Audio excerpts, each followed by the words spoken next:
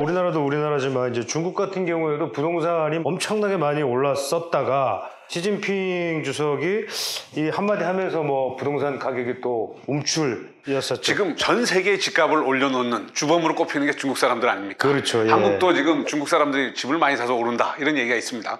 근데 중국인들이 왜 그렇게 부동산을 좋아하느냐 뭐 여러 이유가 있겠지만 기본적으로 중국이 부동산 가격이 굉장히 많이 올랐어요. 그래서 부동산이 영구하게 오를 거다 이런 믿음이 강했어요. 그런데 지금 중국 부동산 난리가 났습니다.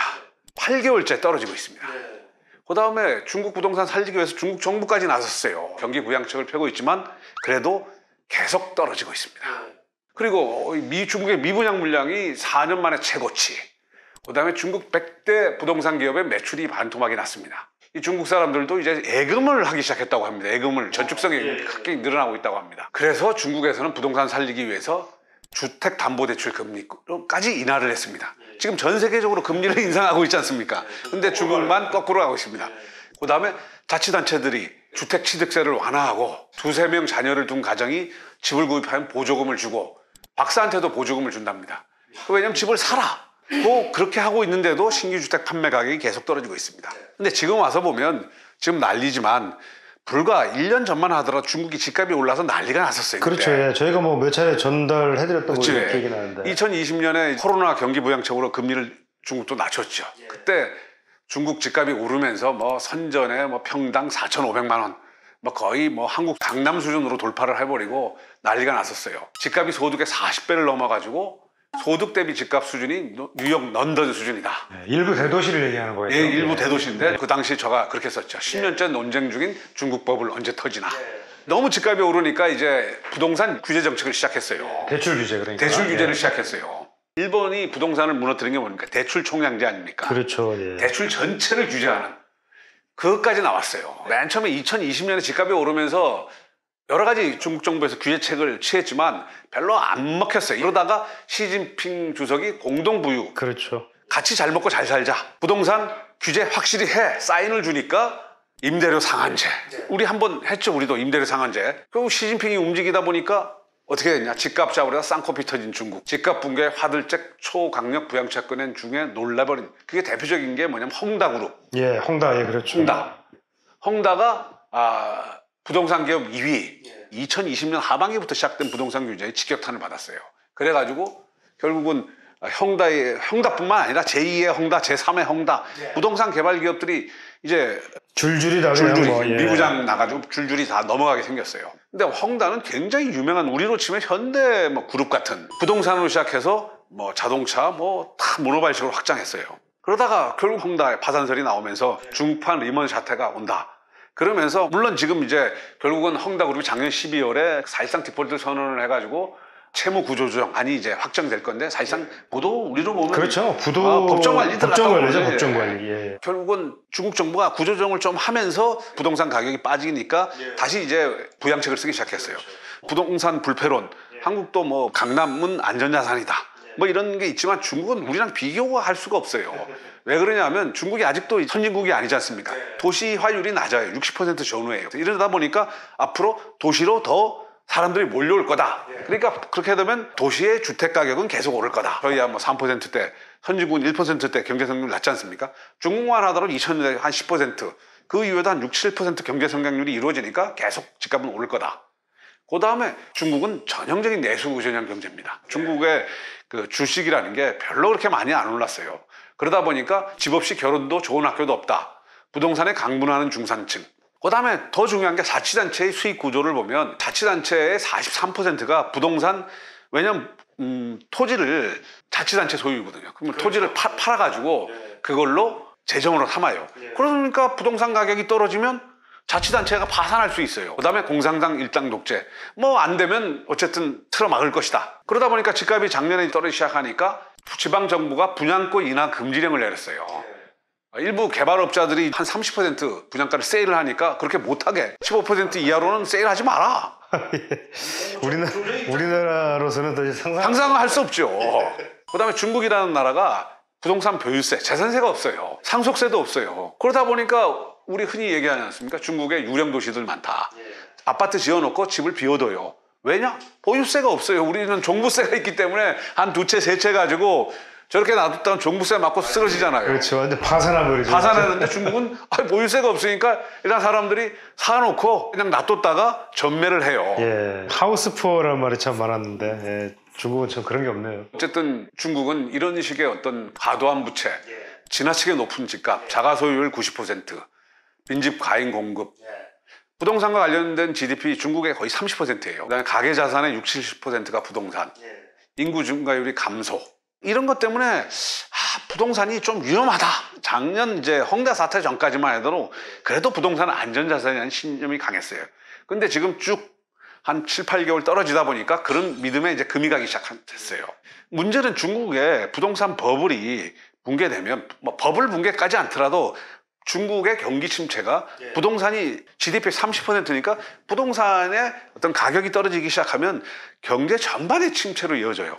그러면 어떻게 되겠습니까? 한국은 중국의 수출 의존도가 제일 높지 않습니까? 전 세계적으로. 굉장히 우리 경제도 안 좋은 상황이 돼요. 지금 현재로 보면 좀 덜커덩거리면서 부동산 가격이 떨어지고 있어요. 근데 이게 지금 앞으로 어떻게 될 것인가가 한국 경제, 세계 경제에 큰 영향을 줄 것 같아요. 근데 이게 지금 왜 이렇게 됐느냐? 이게 보면 시진핑의 황제 만들기, 경제적인 이유보다 정치적 고려를 우선한 게 아니냐라는 분석이 나오고 있습니다.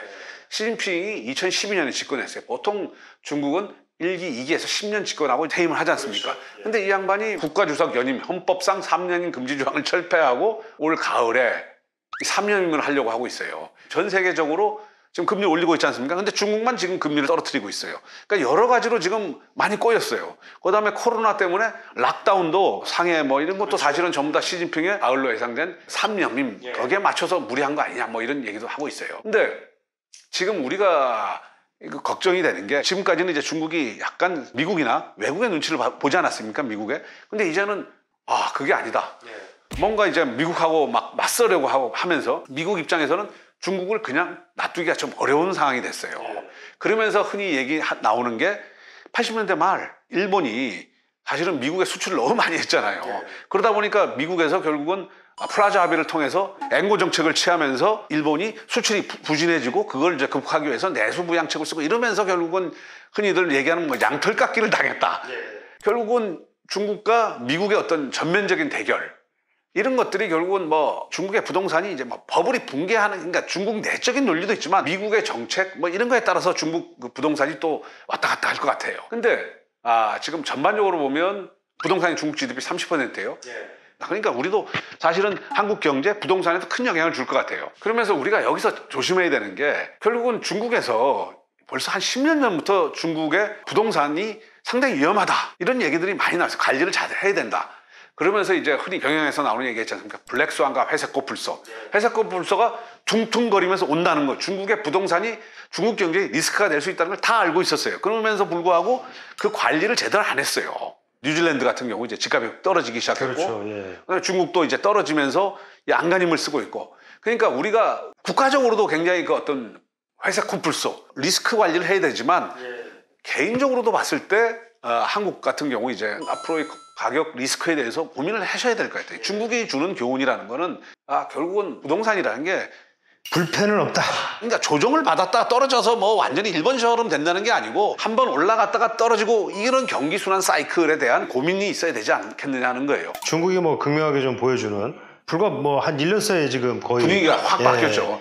천당 좀 표현을 그래서 저희가 뭐 하늘과 땅 사이만큼 이렇게 그냥 확 변해버려요. 중국에서는 지금 뭐 부동산 통계가 정확하게 없고 신규 주택 판매량 통계가 있는데 뭐 전년 대비 뭐 판매량 자체가 50% 이렇게 줄고 가격은 0.3% 이래요. 근데 실제로 가면 막 10%, 20% 폭락한 데가 수도 없이 많다는 거예요.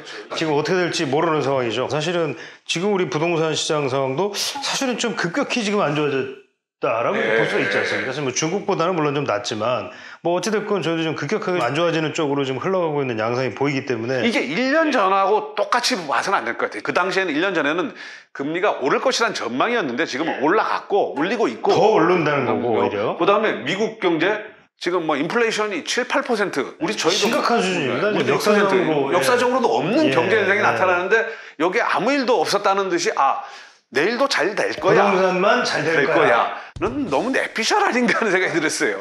제가 이 시간에 이제 뭐 누차 말씀을 드리지만 이제 조정에 항상 대비를 해라. 예, 조정에 항상 좀 대비를 하시는 게 좋을 것 같고 그런 측면에서 이제 오늘 또 부동산 중국 얘기를 또 한 중국이 그렇죠. 거죠. 중국 예. 뭐 오랜만에 말씀드렸지만 작년 1월에 제가 쓴 기사를 보면 중국에서 난리가 났어요. 뭐 집값이 너무 오른다고 그래가지고 우리랑 좀 비슷한 게 너무 많더라고요. 위정이혼에서 청약하는 걸 감시하는 거라든지 그다음에 대출 규제를 한다든지 뭐 이렇게 해서 정말 집값이 더 오르면 중국의 어떤 그 시진핑 체제가 위험하다. 그래서 시진핑이 나서서 공동부유 야 집은 소유하는 게 아니야. 사는 데야. 우리 김현미 장관하고 비슷한 말씀을 그때 하셨어요. 막 그러다 보니까 갑자기 막 난리가 나. 근데 지금 중국은 완전히 이제 경기 부양책을 쓴다고 난리인데 다시 안 돌아오고 있어요. 문제는. 좀 중국의 사례를 좀 잘 벤치마킹이라고 해야 될까요? 좀 뭐 사례를 좀 잘 보면서 좀 각자 또 그리고 국가적으로도 좀 대응을 좀 외국을 보더라도 지금 굉장히 경제적으로 지금 긴박한 상황입니다. 이런데 뭐 아무 일 없었다는 듯이 한국만 잘 나갈 거야. 라고 생각을 하시면 안 되는 거 아닌가. 자, 뭐 이렇게 하여간 좀 준비를 좀 잘 좀 해주셔야 될 것 같습니다. 예.